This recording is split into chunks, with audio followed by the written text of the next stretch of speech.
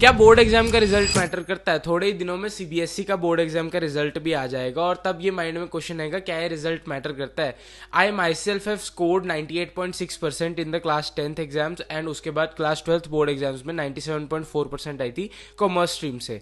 मन तो मेरा मेडिकल लेने का था बट चलो मैं कॉमर्स में आ गया और उसके बाद आगे बढ़ा एंड 97.4% आ गई।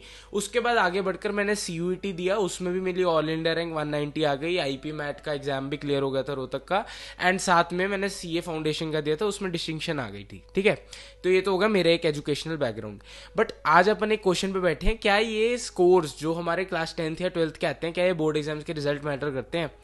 अब क्या होगा जिस दिन रिजल्ट आएगा, दुनिया अगर तुम्हें ढोल नगाड़े लेके आ जाएगी, वो बोलेगी भैया मेरे 99% आए, मेरे उतने के परसेंट आए, घर वालों को फोन आने लग जाएंगे, भैया हमारे लड़के के तो इतना है, आपके कितने हैं, वो कौन से रिश्तेदार है जिनसे कभी आज तक बात नहीं हुई, ना जान ना पहचान, उनके फोन आने शुरू हो जाएंगे, हाँ बेटा कितने नंबर आए। स्कूल में जाओगे, वहां दोस्तों से मिठाई बांटोगे तो कोई तो पास होने पे भी इतना खुश होगा कि यार उस पर्सन की खुशी नहीं देखी जाएगी, और कोई एक टॉपर ऐसा भी होगा जो 97 96 लाएगा और वहां भी रो रहा होगा कि यार 1-2% ज्यादा आ जाते तो बढ़िया से हो जाता। बट यहां पर सबसे बड़ी इंपॉर्टेंट चीज पता है क्या मिलती है? कंटेंट क्रिएटर्स भर जाएंगे तुम्हें सिर्फ ये बताने कि भैया बोर्ड एग्जाम के रिजल्ट से कोई फर्क नहीं पड़ता, आज की डेट में एडमिशन होने वाला है तुम्हारा कॉम्पिटिटिव एग्जाम से, तुम्हारे कॉम्पिटिटिव एग्जाम्स ही तुम्हें तुम्हारा कॉलेज दिखाएंगे, बोर्ड एग्जाम्स के रिजल्ट से कोई मैटर नहीं पड़ता, तुम उसको भूल जाओ, जैसे भी नंबर आए उसको भूल जाओ और आगे बढ़ो। अब मुझे सीधी सीधी एक बात बताओ, जो इंसान घिस घिस के बोर्ड एग्जाम में 95 96 98 नंबर ला रहा है, उसमें इतनी एजुकेशनल कॉम्पिटेंस तो होगी कि वो उस कॉम्पिटिटिव एग्जाम को भी फोड़ सकता है, हाँ या ना? हाँ। अगर हम अभी पीछे बैठे हैं, हम 70 या 60 वाली या एवरेज स्टूडेंट है, तो हमें पता है कि यार हम उस पर्सन से दूर है, तो सिंपल सी चीज है, वो बंदा कॉम्पिटिटिव एग्जाम में भी हमारा कंपटीशन होगा और उसे बीट करने के लिए उससे हमें ज्यादा मेहनत करनी पड़ेगी। सिंपल। तो ये तो सिंपल सिंपल बिजनेस टेक्निक्स हुई कि नहीं भैया बोर्ड एग्जाम का रिजल्ट मैटर नहीं करता, बोर्ड एग्जाम से कुछ नहीं होगा, जो पर्सन आगे बैठा है उसको हम कॉम्पिटिटिव एग्जाम में बीट कर सकते हैं। दूसरी चीज, अगर तुम्हारे बोर्ड एग्जाम का रिजल्ट वो डिजायर्ड स्कोर नहीं आया या जो नंबर आए वो कम आए, तो उससे किसी को फर्क नहीं पड़ने वाला, फर्क सिर्फ उस पर्सन को पड़ता है जिसके नंबर कम आए।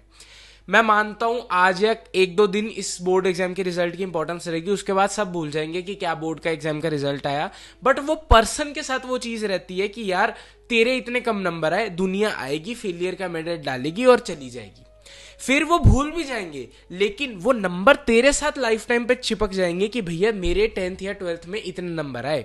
और अगर कल को, मैं मानता हूं कि अगर तुम साइंस फील्ड से भी हो या तुम अगर कॉमर्स फील्ड से भी हो, तो तुम एमबीए के लिए जरूर जाना चाहोगे। और यहां मैं तुम्हें बताता हूं कि एक एमबीए एग्जाम में तुम्हारे क्लास 12th और 10th के बोर्ड एग्जाम के रिजल्ट मैटर करेंगे।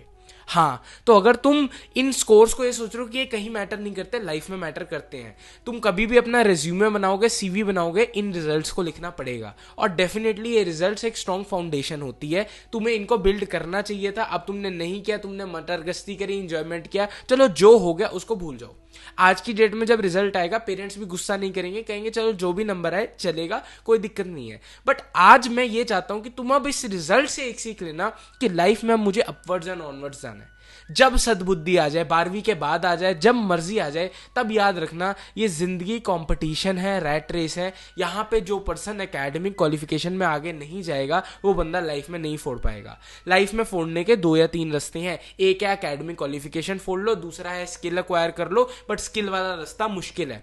तुम्हें हर कोई बोलेगा स्किल सीखो स्किल सीखो स्किल सीखो, जॉब नहीं है स्किल सीखो। भाई स्किल सीखने के लिए दुनिया बैठी हुई है, दुनिया इंटर्नशिप्स कर रही है, दुनिया को भी पता है कि भैया हमें ये कोर्स करना है, अपने आप को अपने को ऐसे अपस्किल करना है, वो भी करना है, प्रोफेशनल कोर्स भी करना है, सबको पता है ये चीज। और जो पर्सन एकेडमिक में अच्छा है ना, वो भी ये चीज कर सकता है, वो भी ये चीज सीख सकता है। तो तुम्हें अपनी एकेडमिक्स को इसके साथ बेटर करना पड़ेगा और खुद को मेहनत कर कर, खुद पे इतनी मेहनत कर कर खुद को एक ऐसा तोप इंसान बनाना पड़ेगा कि यार जो भी ये रिजल्ट आया मेरी लाइफ का, ये एक पार्ट था, चलो ये मेरे साथ लग गया, लेकिन इसके बाद अपवर्ड्स एंड ऑनवर्ड्स है। ये मोटिवेशन रहनी चाहिए, ये आग अंदर रहनी चाहिए कि यार मुझे कुछ बनना है, मुझे कुछ पाना है, और तभी तुम वो लॉन्ग टर्म गोल या डिजायर अचीव कर पाओगे।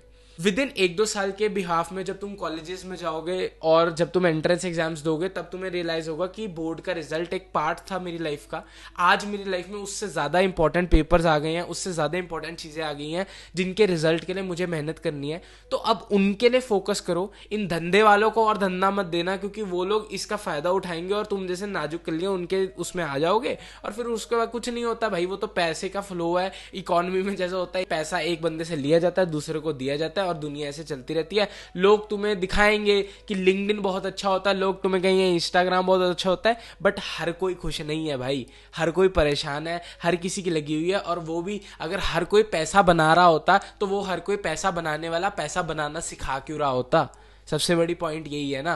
तो अपने आप को इस रिजल्ट से बस ये सीख लेना कि मुझे इसके बाद और मेहनत करनी है। जैसा भी आया हो ये रिजल्ट, ये मेरी लाइफ का एक पार्ट था, मेरे साथ जुड़ गया है, बट इसको मैं परमानेंट नहीं रहने दूंगा, इससे ऊपर ही जाऊंगा और ग्रोथ करूंगा। और बाकी तो मैं हमेशा ऐसे कहता ही हूँ, एज आई ऑलवेज से, हर एक संकट का हल होगा, आज नहीं तो कल होगा। मेहनत करते रहो मित्रों।